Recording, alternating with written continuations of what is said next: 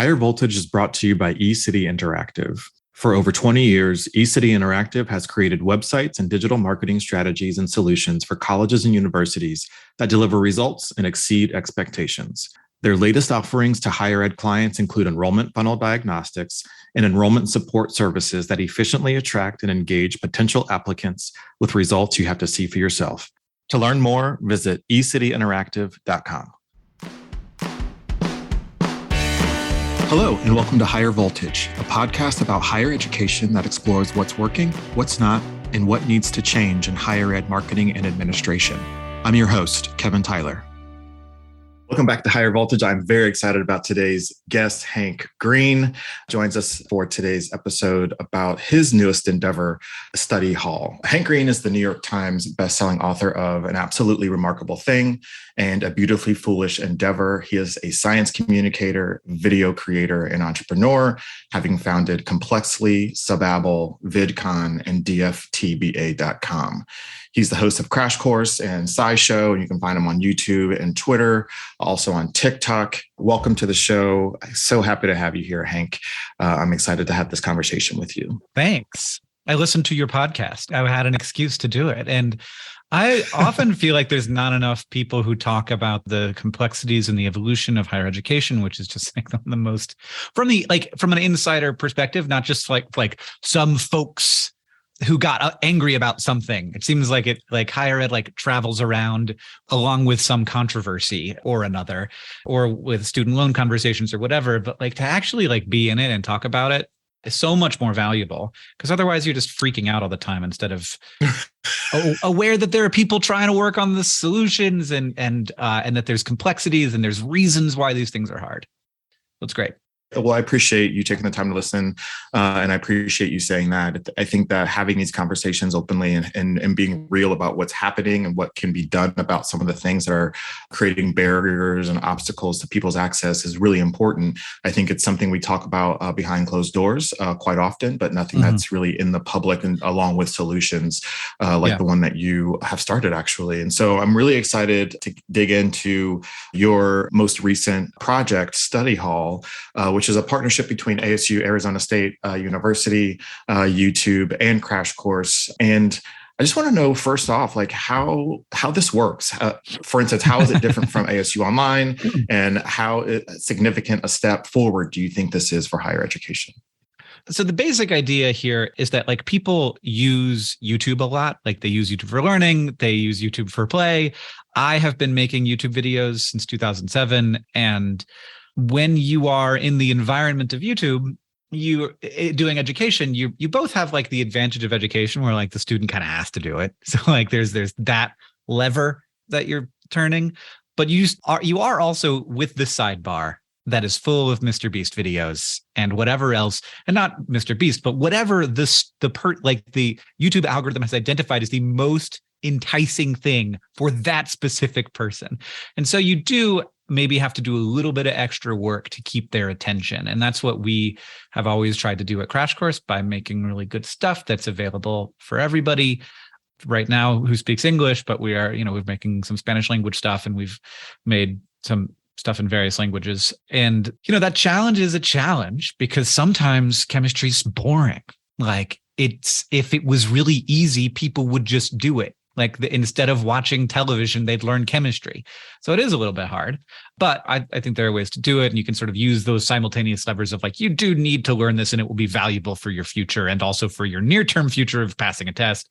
But also we do want to try and make this interesting, add some characters to the story, and add some so at least people understand why this might be both relevant to their future, but also interesting. There is interestingness here because the world is pretty fascinating. So that's the base place to start from. And then, this has been going on for over 10 years on Crash Course. We're very precious about it. Everybody sees this as a juicy thing that they could grab and do something with. People see the value, and I do too. But we're very cautious about it. And I'm sort of, once the thing exists, I become very cautious. Before it exists, I'm reckless and terrible and make big problems for myself and my family. But once it exists, I'm ugh. Someone else could ruin this for sure. So when YouTube, some of our friends at YouTube, who we of course knew well, first introduced us to some people at ASU, I was like, okay, great. Another person, another like potential partner who would want to get in on what we have. But we had been thinking about the fact that like we existed really on the outside of the system. So it's sort of like, here is a thing. And if you would like it, you can have it. And that's all we say. Like we will listen to teachers and we will listen to students, but it's just here, take it. If you want it, have it. If not, no problem. And that's the business model. Like, and it's free. And so that can kind of work. It's not a great business model. Thank God for people who have supported us, either granting agencies or we also function on a crowdfunding model. So anybody who's ever bought a Crash Course coin or supported us on Patreon, that's the reason we can do this. And I'm so grateful. To go from there to actually sort of interfacing directly with the systems of higher education and, high school, which we've also started to think about a little bit. It is a huge step for us. And also something that we wanted to do with people who like shared some of our values and knew what was going on, which we didn't. Like, I have to be honest, like my understanding of how colleges work and how higher ed works is mostly entirely based on my experience from 1998 to 2002 being a student in a college. Like that's what I know. I hear you. So to have some of that expertise coming in, and it was people at ASU, but it was also people who they have worked with who don't work for ASU, but like understand like pieces of this puzzle to be in the same room, and who had worked on the ASU's partnership with Starbucks and some other cool stuff. And my dad is like our chief advisor for our business. It's really great to have this guy who's like insatiably curious. And the moment his sons are doing anything at all, he's like, I will become an expert on that topic. We had this conversation and my dad knew about it. And he like emailed me. He said, Hank, I think this is one you should take seriously, specifically because of their mission. I'm sorry, this is a long story, but that's okay. The sort of like, it's a genius mission because it recognizes a problem that is pretty invisible to a lot of people, which is that the entire setup of the U.S. higher education system values, like we value a university based on how many people they can reject. Like that's a huge, important stat. He's making a face. It seems like he's on board with. Yes. It's such an important thing to say as often as possible. Yeah. And like ASU is, I don't know exactly what the language is, but it's like we judge ourselves not by who we reject, but by who we accept and how many people we can accept and provide a great education for. And like that was like, that's a big unlock to like realize that that's how the system is set up. Like, and the K-12 version of that is we've based our funding education on property taxes, where it's just like, if you say the things out loud, suddenly you're like, oh my God, it's broken. So to say it out loud and to say, we're going to do it a different way, and not just to say it, but to have done it for a couple decades, and like to have a demographic of your university that's reflective of the demographic of the place where you are, to have a huge percentage of first generation students, to have lots of options, lots of different ways of doing it, to be innovating in lots of different ways.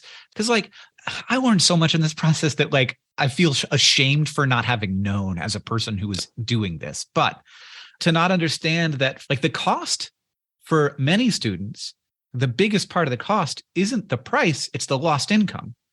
And so if you can't do college while working, or if the college experience is set up and designed for students who do not have jobs, which mine absolutely was, like very few of my classmates worked. There was like work study where you like sat, right, like worked at the library. To not even understand that, or that lots of people like have to balance caregiving along with their educations. And so if you have to be at a class like every week at the same time, that's a huge barrier to higher ed for people. And, right. And like, I'm not saying that it's the exact same experience to have like a not in-person experience. It's not, but like we have to do it. We exist inside of the society we exist in. We have to provide the tools that we can, given that.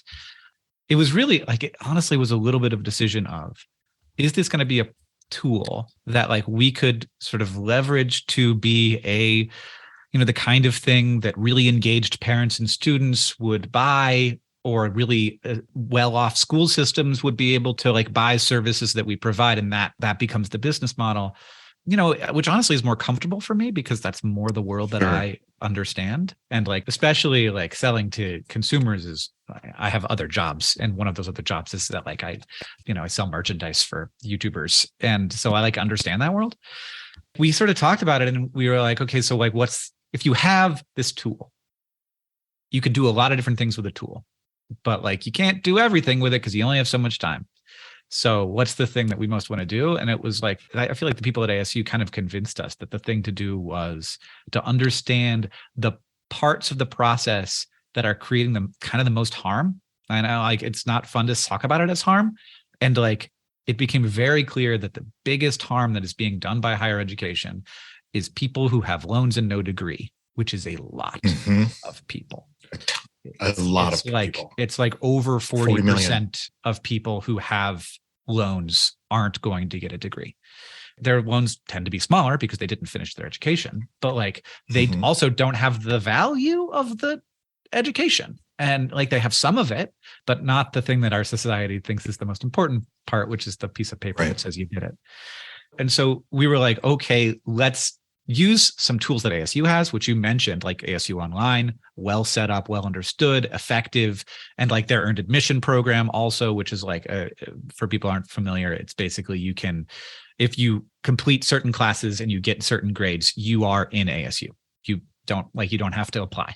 And so to use those existing tools and our existing tool of Crash Course and like our ability and expertise in making videos that convey information effectively, and YouTube's existing tools of YouTube, and like a big audience of people who are on the platform.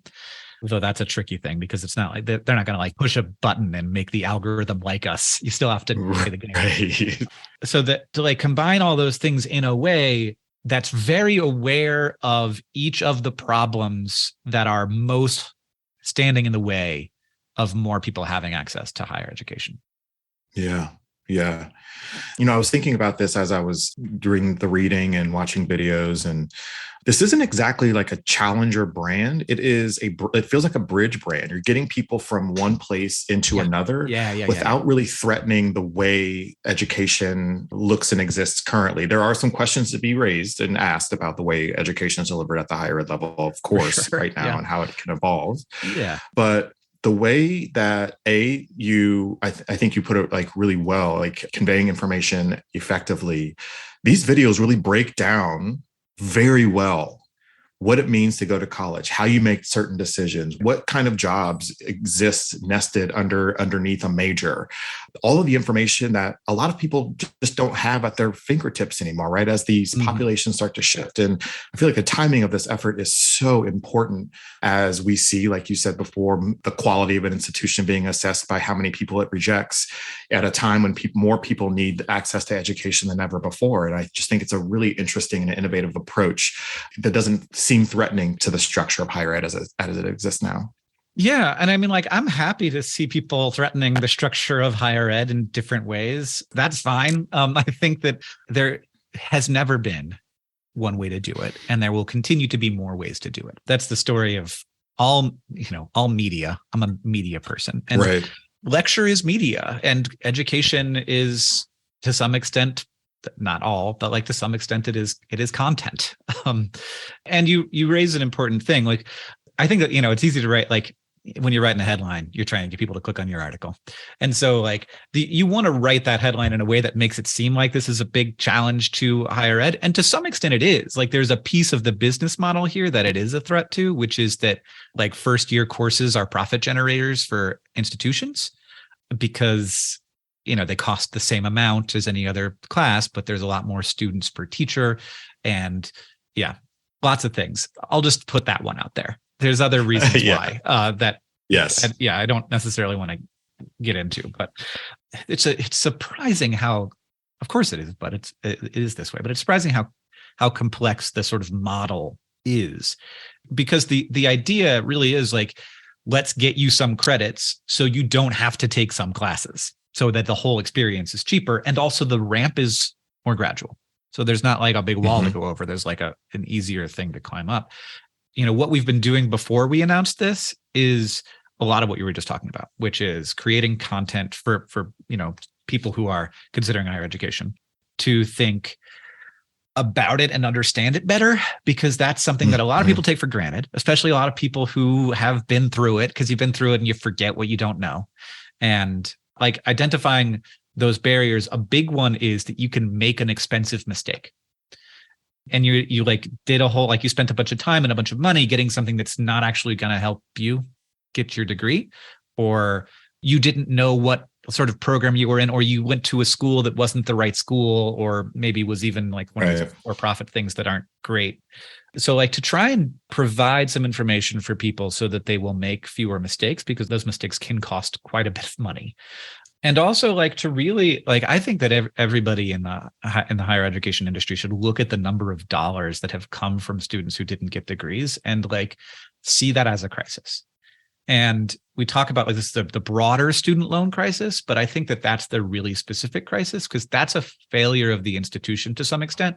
It marketed itself as being able to provide a value, and it was not able to provide that value. And that's not like a, ITT tech problem. It certainly is worse at some places than others, but it's a problem across the entire, unless it's a very sort of selective institution that has like amazing graduation rates because they're only pulling students who are like the best in the world. Those rates of getting loan dollars from students who you said you can make this happen, but you and the student together couldn't make it happen. And I think that like that's something to be interfacing with in a very sort of almost somber way. Like it is a failure. And yeah. And so like to be looking at it and to be thinking about solutions, I think is kind of everybody's responsibility. Totally.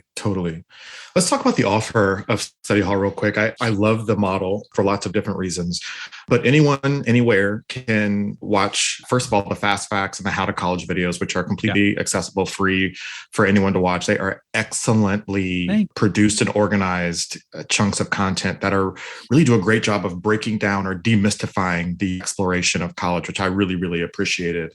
But anyone can watch those. You can, pick, the classes just launched on the 7th, correct? Yep. Of March, but anyone can watch those. And once you decide on a direction, you pay $25 to basically enroll, right? Yeah. And at the end of that course, if you're satisfied with your grade, you can pay $400 to get the credits. Yep. If you are not satisfied with your grade, then you can retake the course as often as you want until you're satisfied with the outcome. Is that correct? Yep. We've been uploading the videos so there's like 3 sets of videos, just for clarity. There's the How to College videos, which is just like how college works. There's the fast guides, which are like how individual majors work and like why people get different majors. And then there's actual courses. And the courses we've been uploading, and people are like, why are you uploading this on a different channel than Crash Course? And it's like, wait, I can't answer that question yet, because all of the videos are there online. But if you want to enroll in the class and have a cohort and have a like faculty support and get toward getting a credit, then you enroll it at the website, which I can't remember the URL of right now. It's okay. We'll be sure to have it on the episode page. We got you covered. It's gostudyhall.com. There it is. Thanks. There you go. So I'm glad you mentioned the cohorts and the faculty support, because I'm really curious around, there have been other online education offers in the past. This one is very different for a lot of reasons, but one of those reasons that it's different is that there is student to faculty engagement. And I'm curious how faculty provide the support that's needed for what could become a very large student pool. Yeah. I mean, I think that's like, apologies to our first cohort of students, but like it's the thing that, and I mean, to our 8th cohort of students too, like it's a thing that we will continue to be learning.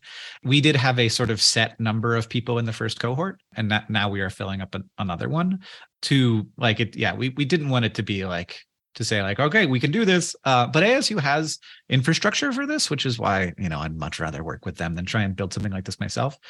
Right. And their ASU online systems work, I believe, in this way. There is a cohort and there is faculty support. And to figure out how to do ideally 2 things at once, which would be to allow more people into a system like this and also keep the cost going down. And maybe a third thing, like to increase the quality. So it's just like, really? I think that you do have to look at other potential solutions that might be like, if you have to, this is the story of everybody who's actually good at something. If you've taken this class, you get a chance to help out other students like UTA. And, that's actually I think, extremely valuable for the TA. My experience was I didn't really understand things until I started teaching people them, Right. like to sort of, to hit it from like 4 different angles where it's like, this is how it works in my brain, but it doesn't work in their brain. So I have to talk about it in a different way for them. You get around the concept a lot more fully. And so like there is value to be delivered there, but there might also like, in terms of a TA learning better and learning how to teach some, but there also might be value delivered in the form of money. Like it may be that there's like a kind of internship model there that's paid, but I don't know. Like we have to continue figuring that stuff out when it comes to scaling. And right now, I think that we have a number of students in the program. I had the number, but I've forgotten it. But I was happy with it. It seems like it's enough to be learning. There's going to be some software bugs as well. And there's going to be some like, we're going to understand how much support the students want and need, and also the support that they're providing for each other in sort of open places, which we're also using, tools that students are already familiar with. I think we're using Discord for nice. classroom cohort conversation, which is, a lot of people already have experience with Discord. And like, why build your own thing when there is a tech company that's built a fantastic chat and community building service where you can effortlessly move between voice and text, and you can build rooms really easily, and you can go to private chat really easily and all this stuff. The first 4 courses that were released a couple of weeks ago are called College Foundations. That includes English Comp, College Math, U.S. History, and Human Communication. And those are typically some of the classes that folks take in their first year. I'm curious if there are any other data points that you use to determine which content you would offer first, or if there is any data that you're using to determine which courses come out next. How's that working?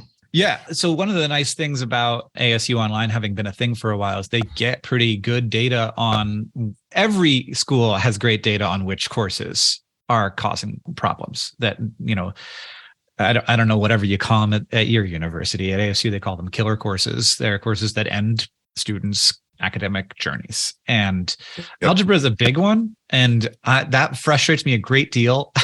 I don't know if I want to talk about why, which is a little bit that I don't know that we need to be doing this to ourselves. If you do, you'll have to pay a copay. I mean, you look at the problems that it causes and it is worrying, but like there's ways to teach algebra. There's ways to learn algebra. And as long as we're doing it the way that we're doing it, then we should be doing that. I feel like I'm going to get, I don't know how many people listen to this, but hopefully it's not enough that I'm going to get attacked. My thoughts on algebra are complicated, I guess I should say. But also with ASU Online and with other, courseware solutions that do this, you see the points, the places, the classes, the individual concepts that are the weed out points. I heard like Netflix talking about this once with House of Cards, back when Netflix was hot stuff. And they were like, we could see that in the first episode of House of Cards, that if people got past a certain point, I'm not going to tell you what it was because it's kind of sad. It's like bad vibes. Past a certain point in the first episode, they were going to be hooked. And if they stopped watching at that point in the first episode, then they weren't the right people for this show. Like they had learned something about the show that was like, that's not for me. I'm going to go watch Family Feud. So like you can see those drop-off points, and they aren't just like this course did it. It's like this point in this course did it.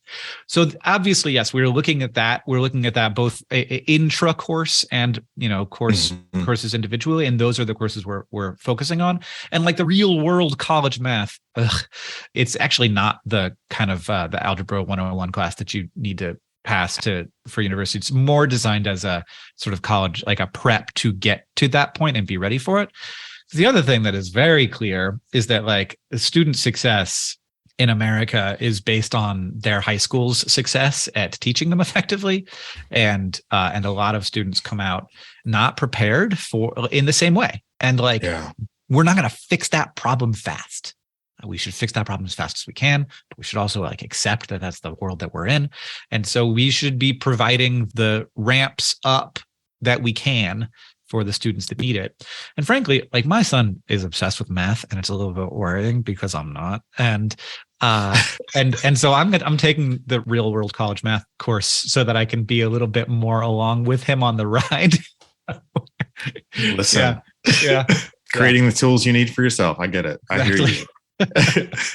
I appreciate what you said about the ramp up and students leaving high school so often unprepared. And one of the things I always try to tell the institutions I work with is there's a time to expect a college-ready student, but there's also a time to be a student-ready college. And what that might look like is going to be different for every institution. And I think the sooner that we get to a more student-centered kind of approach to some of these things, that as you have in the way that you're communicating the way college works and the fast facts and the other ways that you're injecting some modernization in the college-going process, I think that will help kind of reframe what institutions need to be for the people they need to be for the people they exist for. Yeah.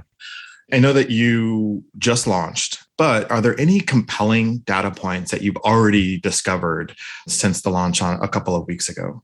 I don't think it's early enough to have teased it out, or if we have started to tease stuff out, it's kind of too early to talk about it. But I hear you.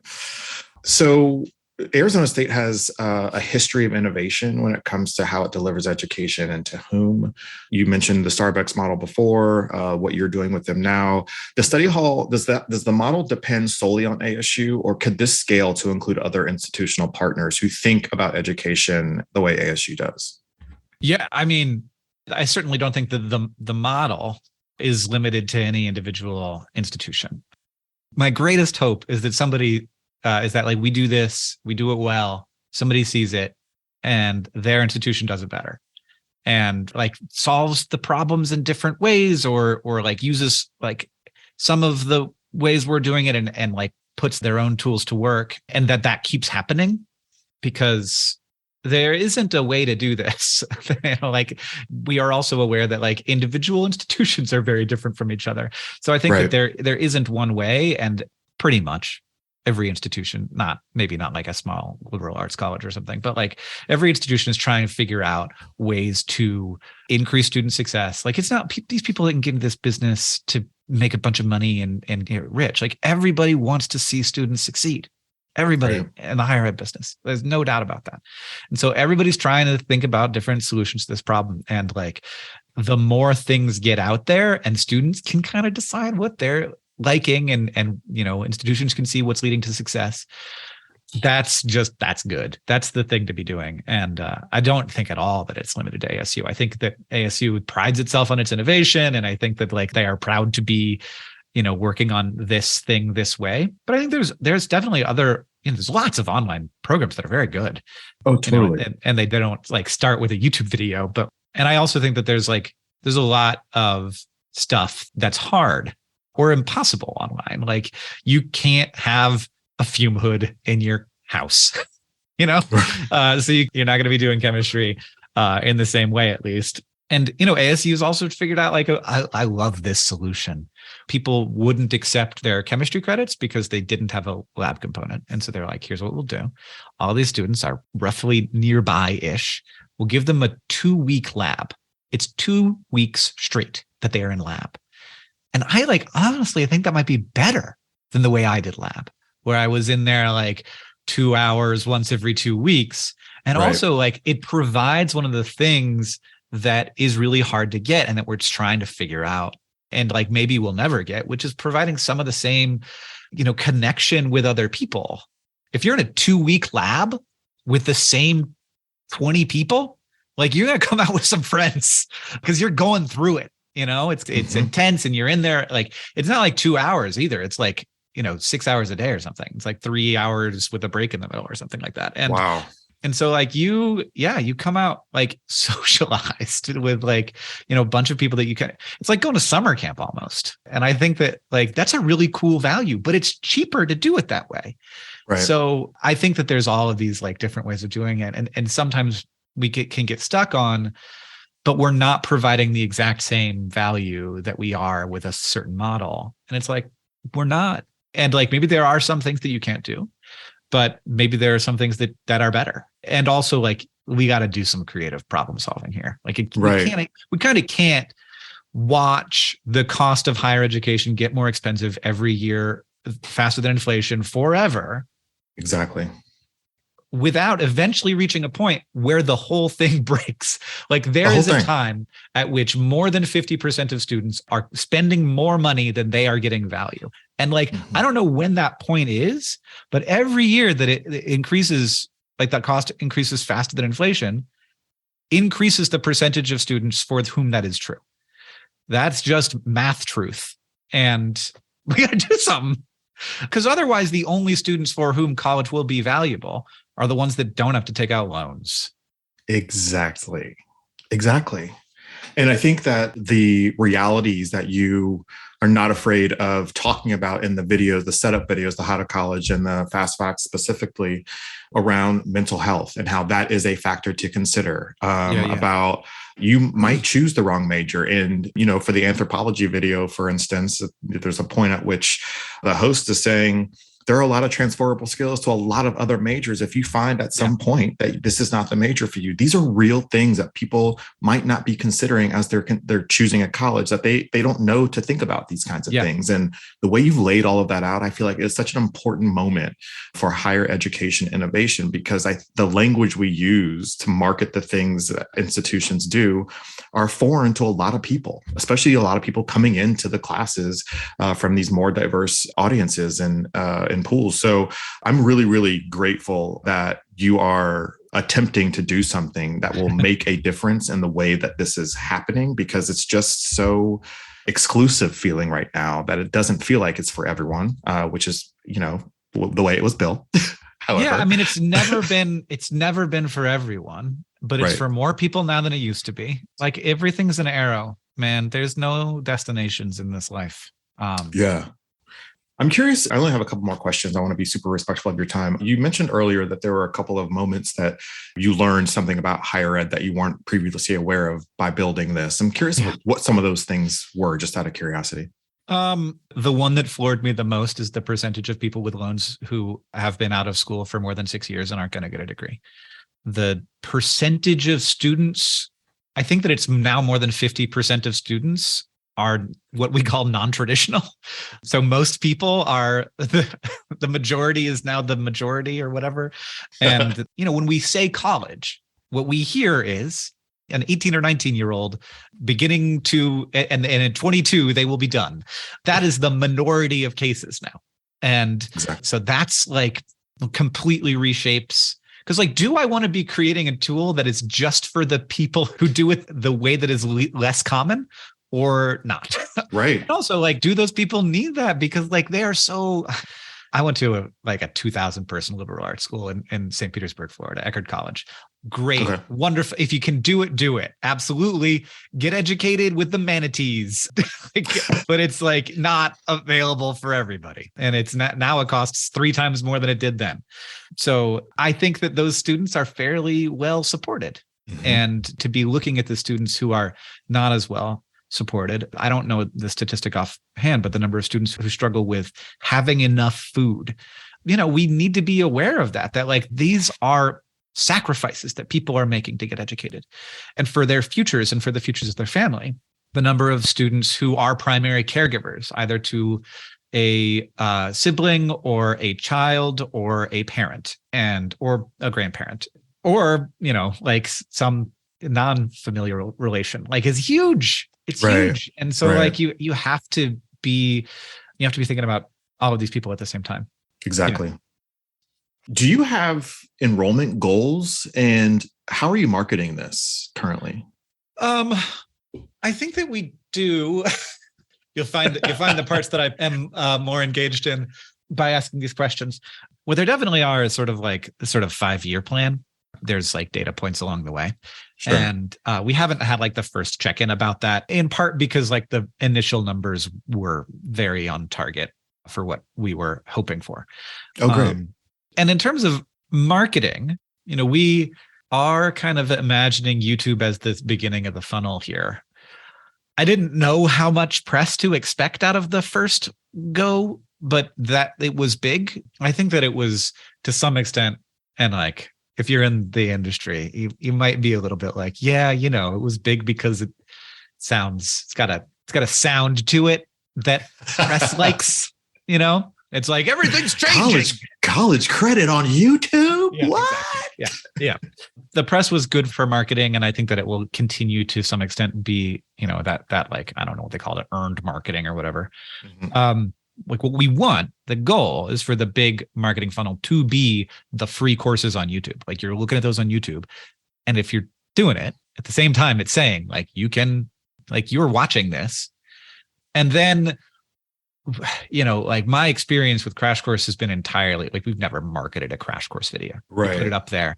Students talk about it to their friends. They talk about it to their parents. We were like student up, like students told their teachers and the teachers told the administrator. Like of the chain of people in a school, the person least likely to know what Crash Course is the principal. Fair. That's fair.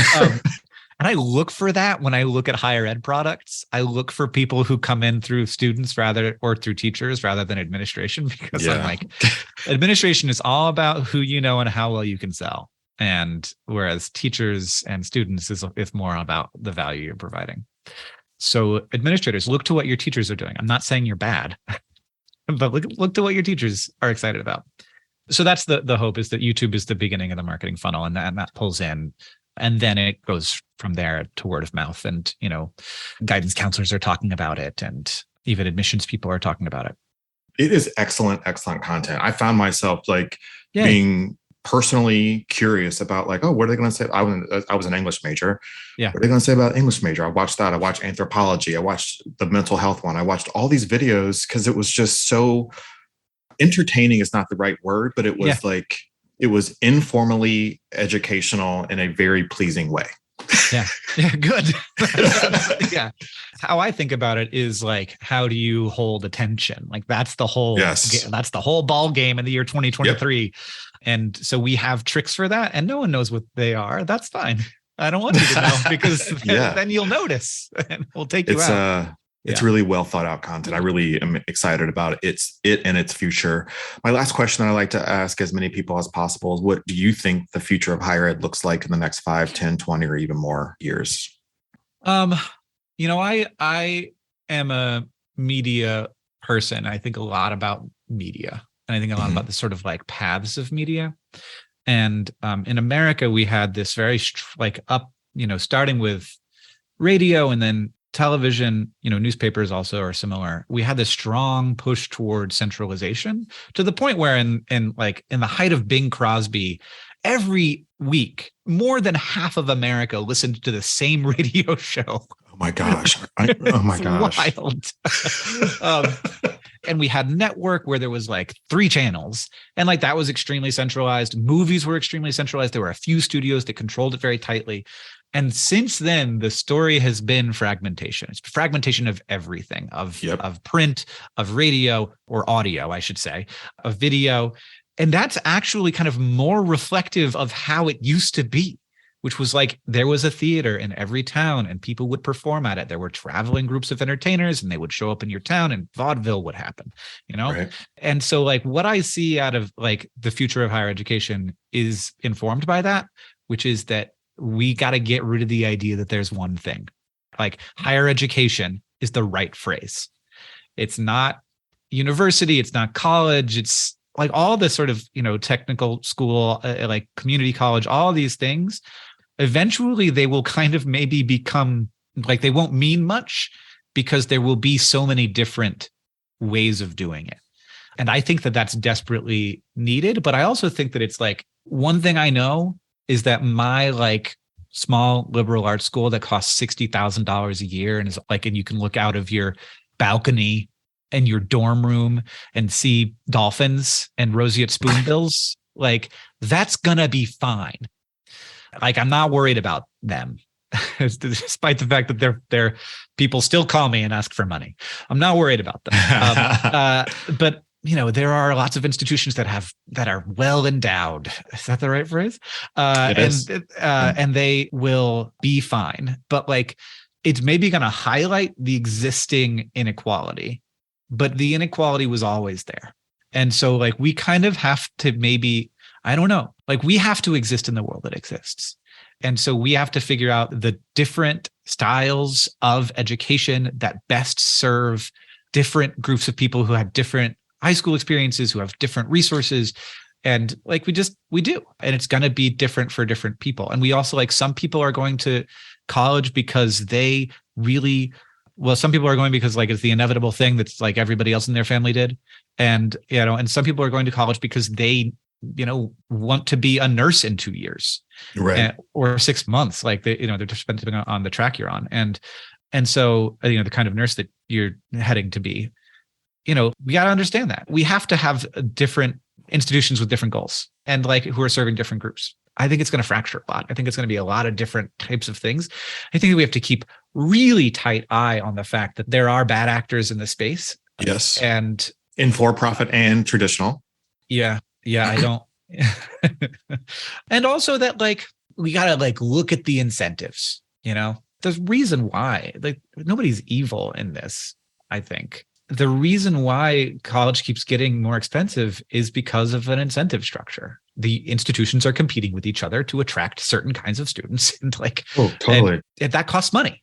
It's in the like the higher ed marketing space. Like, I don't want to know how many dollars of the current student body is going to attract the next student body that isn't there yet. Like, if I'm a student in a school right now, a lot of my money is going toward recruiting other students who aren't in the school yet. And I'm like, do we need to be having this arms race? But like, I don't know how to solve that problem. We kind of do. So we can't just be like angry. We also have to be aware of the fact that, people are reacting to incentives. But yeah, my biggest prediction is there will continue to be more and more models and more different ways of doing it. I think we should be excited by that, not threatened by it.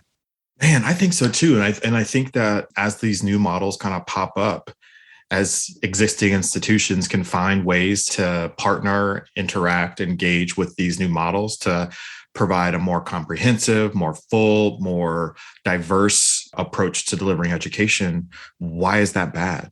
Right? Like that's a good thing to have a lot of different kinds of models that work for the different people who will be searching for a higher education. Yeah. I'm a huge advocate for liberal arts education. And so like, I can feel like, no, it's bad. Like, we need people to take both that anatomy course that they need for the degree and a religious studies course so that they can understand that like the world is big and complex and like we got to head out into this world more informed. I'd also love for every person to be able to study abroad in Paris, and like there's certain things that are and aren't possible. And like, I'm not saying that those are the two things. And like, I really do want there to be ways to provide well-rounded education and not just imagine higher ed as job training. I think that's important. But if you keep making it more expensive every year, people are going to start to look at it in a very sort of brutal way. And they're going to say that religious studies course is not going to help me get a job doing computer programming. Like, that's just the situation. And like, this liberal arts is suffering from this right now. Maybe that's the first that's like the giant canary in this coal mine, is that there was a great, I don't know if it was the New York Magazine or the New Yorker, I can't remember, but it was a very long and good article about sort of the demise of the English degree. And is that the kind of first canary in the coal mine, increasing the cost forever until it's like, what's the value to me, man? Right. What are you like, if it's going to cost that much, what are you going to give me for it?